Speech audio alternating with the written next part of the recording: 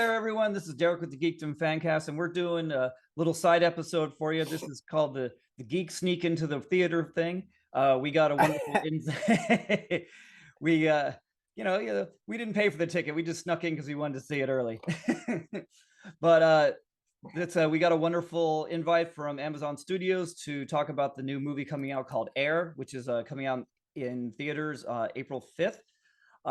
With me to that we went to the film together and here to talk about is our wonderful buddy, friend of the podcast, Mr. Jason Avalos. How are you? I'm good. What's up? How's it going out there? We're good down here. How are you up in LA?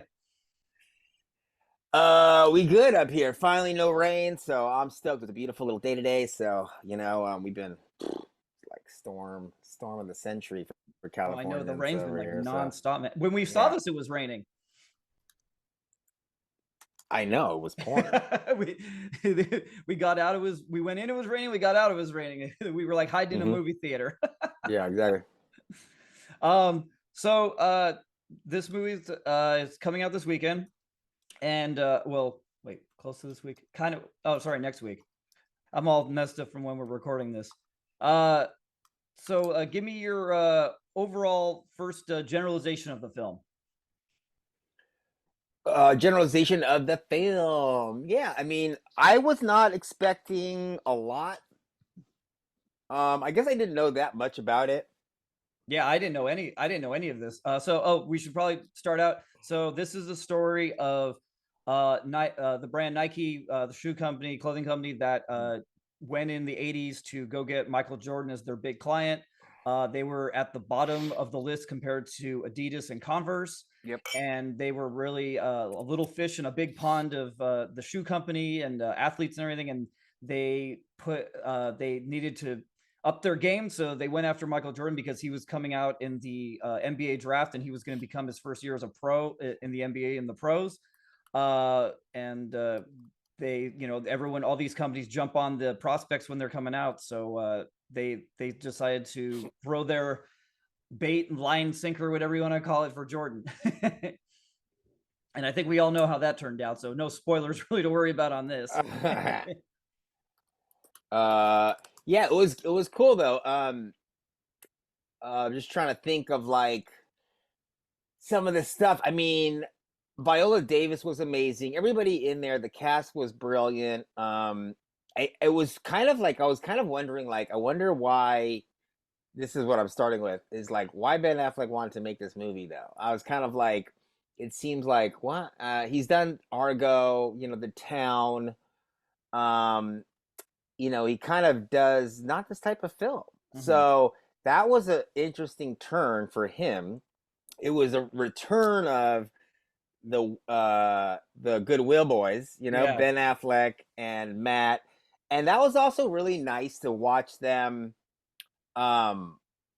together again. And then this is what I kind of got from it. So here's like my, is that like, it was nice to get them together in this type of movie that had a lot of great stakes, but also did not take itself so seriously.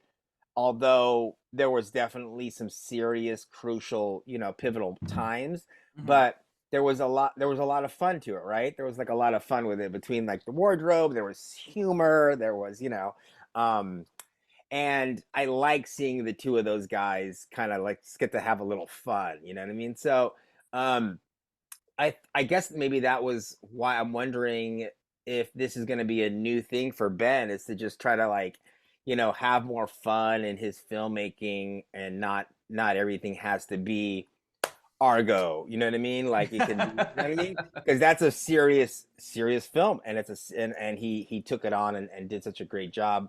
And the same with The Town. I rewatched that. He was able. Oh, did you? I mean, yeah, he can Great take. Film. He has put that movie is in the higher benchmark of those types of films, which mm-hmm. There are a lot of those types of films, but The Town has, I think, remained in the top brass. So, yeah, I love the nostalgia bits about it. I like the fact that we don't see Jordan. We never see like Jordan's face. Yeah, it's so weird really. They do that, huh? Like to be clear, Yeah. they had an actor that would play him, but it would always be Hmm. like back of his head or like profile, or he's turned away or something. Yeah, yeah. And they were like, I think that Ben had said, he had said, look, there's nobody who could ever be Michael Jordan. So as soon as you put that face on the screen, the audience goes, nope, that's not him. And that was Ben Affleck's kind of thought process about not ever seeing him. That way we can keep the legend status. You know, you Mhm. can't see a legend like, which is interesting because then you think about other movies about legends, and it's it's hard to you know, there it's hard to hit that. It's hard to Yeah. hit that. So he talked about in some of the press that I've gotten to see.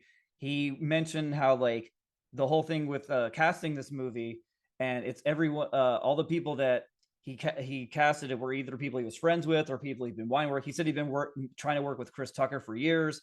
Mm. Him and Chris Messina, who plays Falk, the Jordan's agent, Oh yeah. they've made a couple movies together and stuff, and of course, obviously Damon and stuff.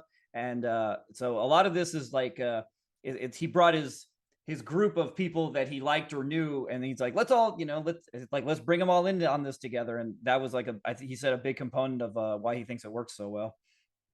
You know what? Like exactly. See, that's kind of what, and you kind of do see that on the screen, right? Yeah. Like there's a lot of fun within everybody, and it's a little bit of a like, um, it's a little bit of a little bit of people from different universes, all kind of coming together.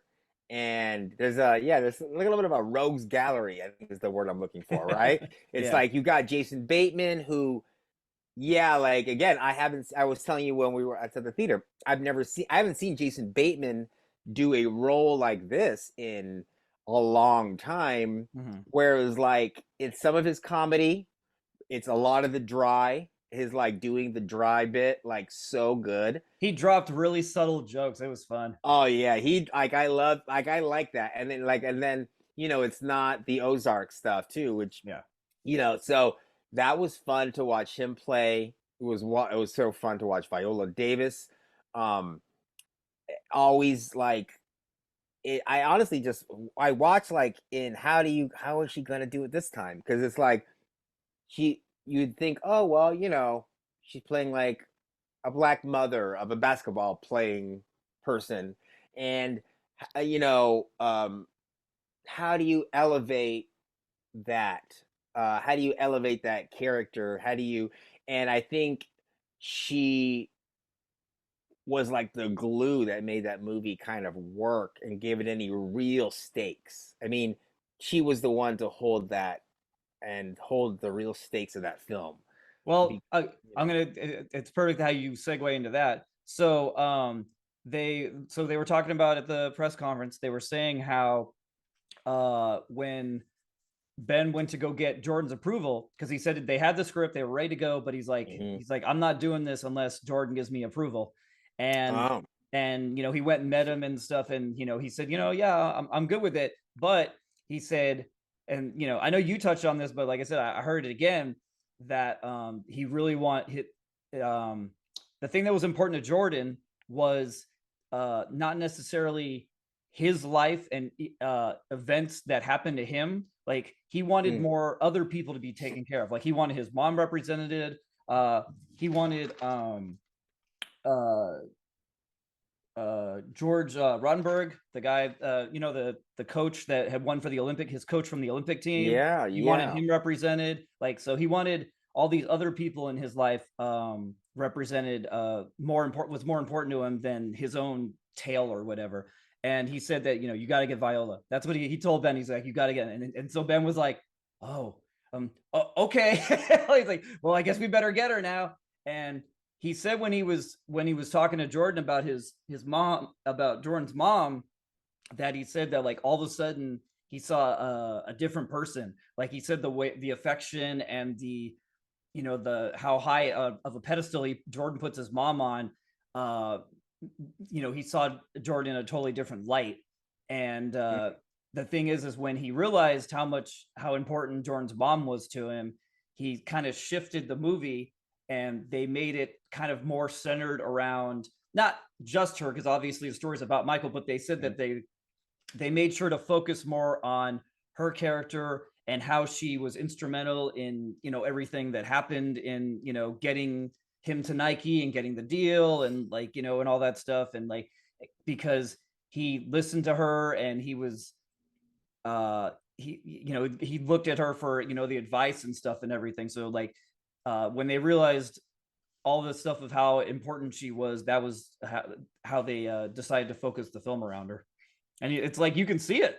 Yeah, I mean, it's a very interesting, cool, like refreshing take too on like what we think of as Jordan, or what we think of as greatness and legends and how they're made. And we do hear about Jordan shot, 5 million shots and he missed 5 million to get, they people always say these crazy things, right? And Yeah. like, but um watching that movie, yeah, I had so much more respect for like how what she knew. She was like, I know my son is great, and I'm holding that sacred until I know that you understand that.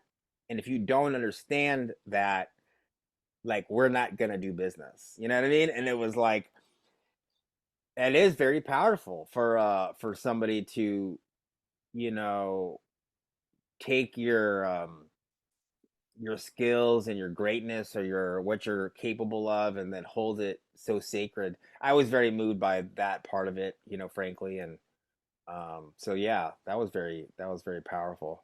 So funny tidbit I didn't realize.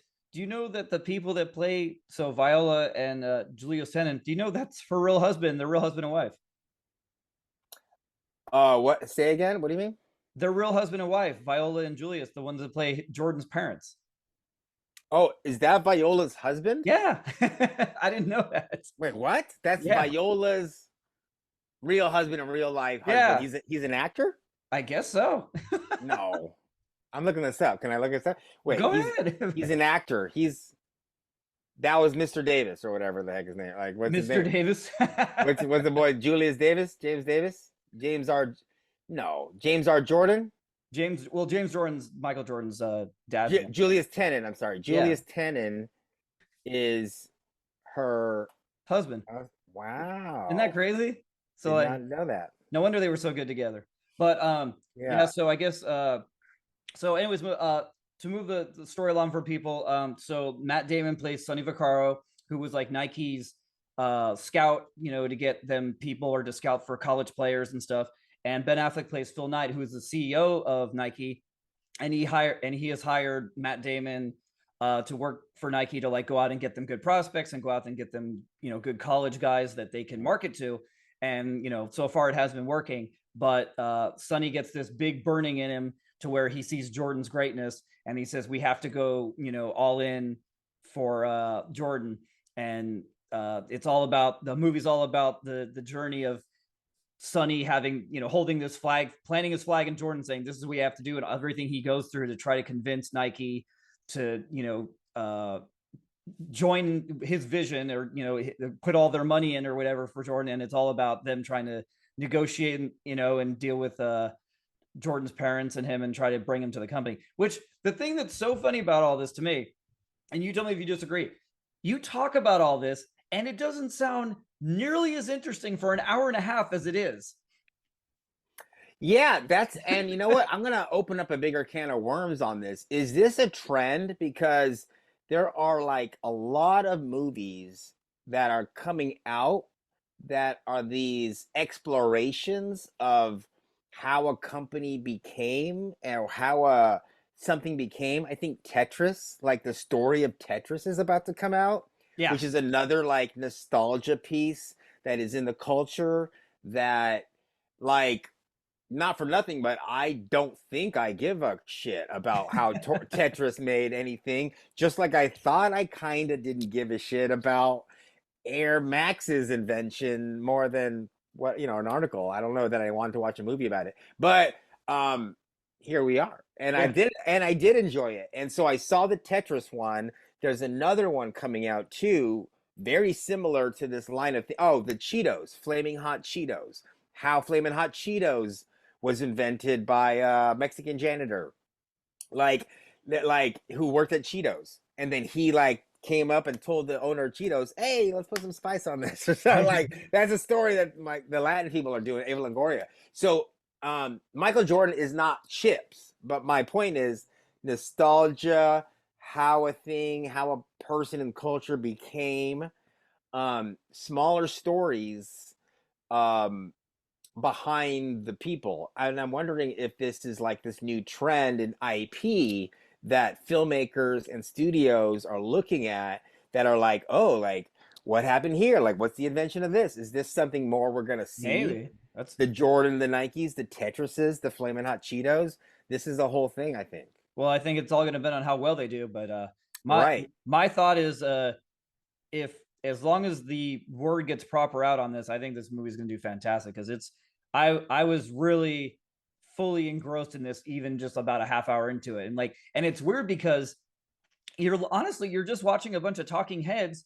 There's no car chases, there's no explosions, which that doesn't mean that movies can't have compelling drama without that. But I'm saying in the sense of like every scene is just people in a room talking or phone calls or stuff. That's all this movie is. Phone calls, lots of phone calls, lots right? of phone calls. But for some reason, like the story is just so compelling of like how Matt Damon, Sonny Vaccaro, how he's going for Jordan and like everything that this company has to do to get him. And it's like such a team effort of all of Nike, with Jason Bateman's character, with Ben Affleck's character, all of them trying to do so much just to get him.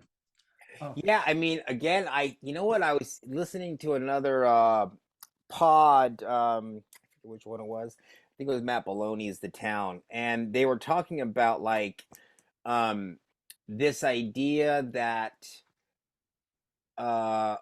middle movies with middle budgets are actually starting to see good theaters right now again, which is not we had seen for a couple years because of the pandemic. People weren't even going to theaters, but there is room for these middle budget movies again, which we've kind of like said are not, they're not movie anymore, and superhero movies are it. But we'll see if this is a little bit of a recipe for a middle budget movie, because something like Jordan, Tetris, Flamin' Hot Cheetos has such a resonance in pop culture, but doesn't need all the superhero, obviously. So audiences are like, oh, well, I know Michael Jordan, so I'll go watch that, right? Yeah. So like real life superheroes.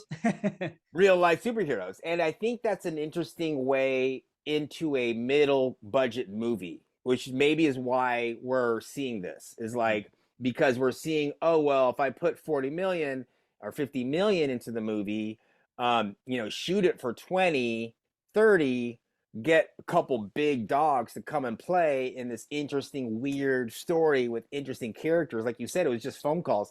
It actually reminded me of, I actually miss movies like this. You know what I mean?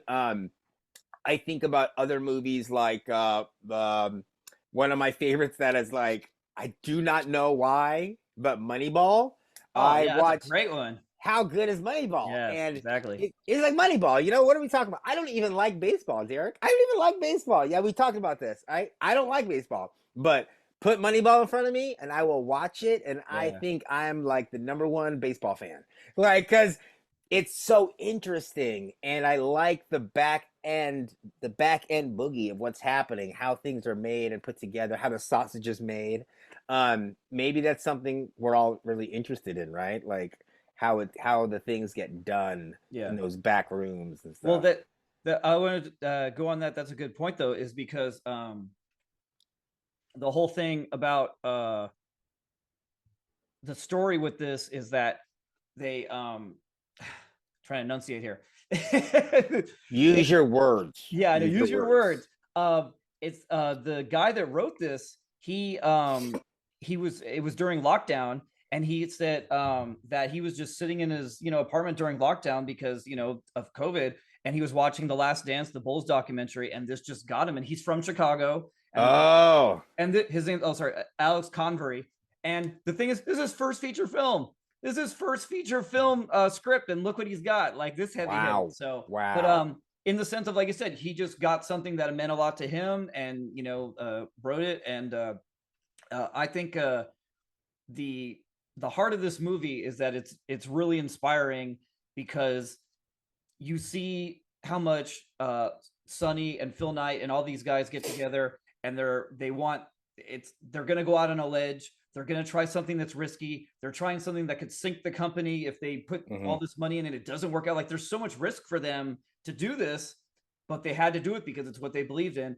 And it's like, people can mock it and be cynical, but it's like it's true so much for examples for life, that like sometimes you have to take risks to get what you want, and sometimes you have to go take that job you're maybe not sure about, or you got to move to a different state, or like it's there's sometimes you got to take a chance. And I think the one of the biggest things about this movie is the fact of how much these guys put on the line, and it worked out for them. Now, granted, I'm sure there's lots of times when people do put it on the line, it doesn't, but I think it's Hmm. huge how what a positive feeling that you walk away from this film.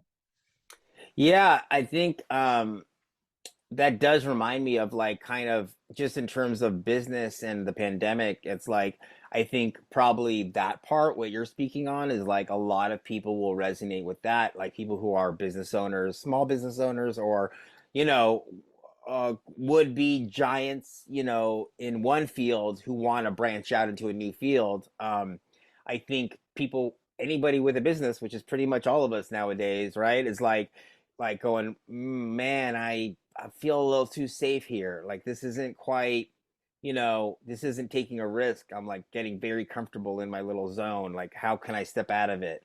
And I think I think we've all felt some of that after, like, the past few years, that we're all feeling like a little bit, we've been in hermit mode, and now we're like, oh, we need to go and take some risks again. You Yeah. know what I mean? So I do feel like it's connecting to us in that way too. Real quick, let's touch on what did you think of all the fun nostalgia in this movie? They did a lot of 80s songs. There's a thing where Yeah. Matt Damon uses a car phone, and he's like, "Oh my god, I'm using a car phone!" And there's of course, the clothing and stuff. They talk about tracksuits and stuff and everything. Love the tracksuits, the Did you have fun with clothing. that? Yeah, that was like one of the main reasons I wanted to go, just to see all that stuff, right? And it was great. I could have used a little more of it. I mean, I thought, I was waiting for Ben to be wearing a lot of tracksuits all the time, like in the poster, and I was gypped. It was only one tracksuit. So I'm gonna ask Ben for some money back. uh, I want to touch on just really quick about Chris Messina, who plays Jordan's agent. And man, what a role. And for a role that the guy spends about 75% just on the phone with, he doesn't have a lot of on screen interaction with the characters. Mhm. He is so fun to watch. And, granted, he's playing a jerk, and he spends a lot of time just talking trash and, being a dick. But, that's what agents a lot of times do, because, they're trying to do it for their client. But man, he was all the ferocious, vicious language he uses, and all the way that he makes Damon or Sonny Vaccaro work to like get a meeting with Jordan, and all the ways Oh, it's like he's such a strong brick, or a strong wall that they can't chip at, and it's a really fun role to watch. yeah, that was he's good at those, and I feel like they really just let it fly with that, because he felt like he was having a lot of fun with that with that character, and he was very, uh, it ended. I don't want to spoil it, so it was, it was good endings and stuff, and um, yeah, I he had some really great dialogue. I mean, I would like to see that script, because it's some There's really that. funny dialogue.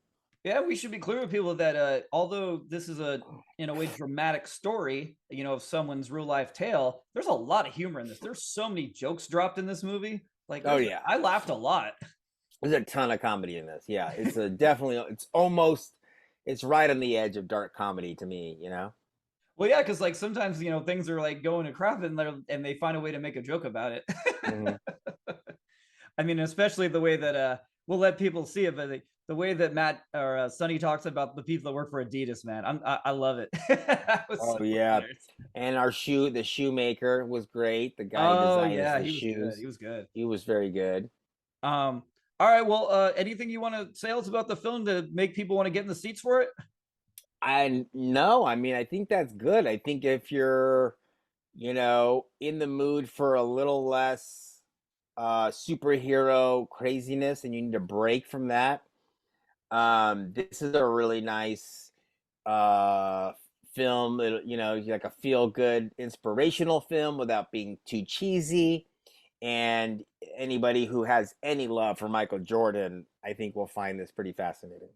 Yeah. The one thing I would say is that might be key for some people is I rarely watch basketball. I don't consider myself a basketball fan. Mhm. Um, but this movie really did it for me. And granted, there's not a lot of, there's not a lot of on the court or they're in the seats watching games, but the movie is essentially about basketball and business of basketball. Yeah, the business of And but basketball. it doesn't matter if you know who Charles Barkley is. It doesn't matter if you know who John Stockton is. It's all about the story of uh, a bunch of these guys trying their best to make their company better and make their lives better, and they're chasing their dreams. And I think that's what the center of the movie is. I love so Matt Damon said this one quote I had to write down. He's like, if you don't like Viola, me, Ben, or Michael Jordan, then maybe you shouldn't see this. But otherwise, I think there's something for everyone. Basically, right. That's if you don't like How do those you not like people. any of If those you don't people? like Come any of on now. them, I mean, I don't know what do you like. So Yeah, it's like you got to like some of that. Some it's like yeah, okay, maybe you don't like Matt and Ben, but come on, Viola's worth. She's in easily half the movie, and she's like when she comes on, like the movie. I don't want to say the movie necessarily shifts, but I mean her screen presence takes it over does. whatever I scene mean, she's in. it does. It does. All right, well, we're gonna get out of here here in a couple of minutes.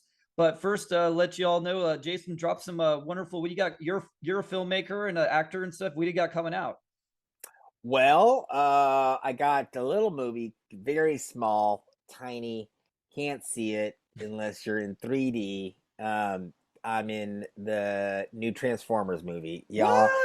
So this is crazy. It's actually pretty cool because we were here.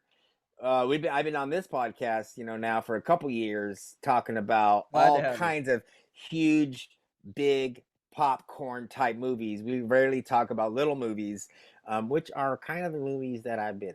And so it's really exciting to be here and talk about. I will be in my first big blockbuster film, starring Anthony Ramos, Pete Davidson, Michelle Yao.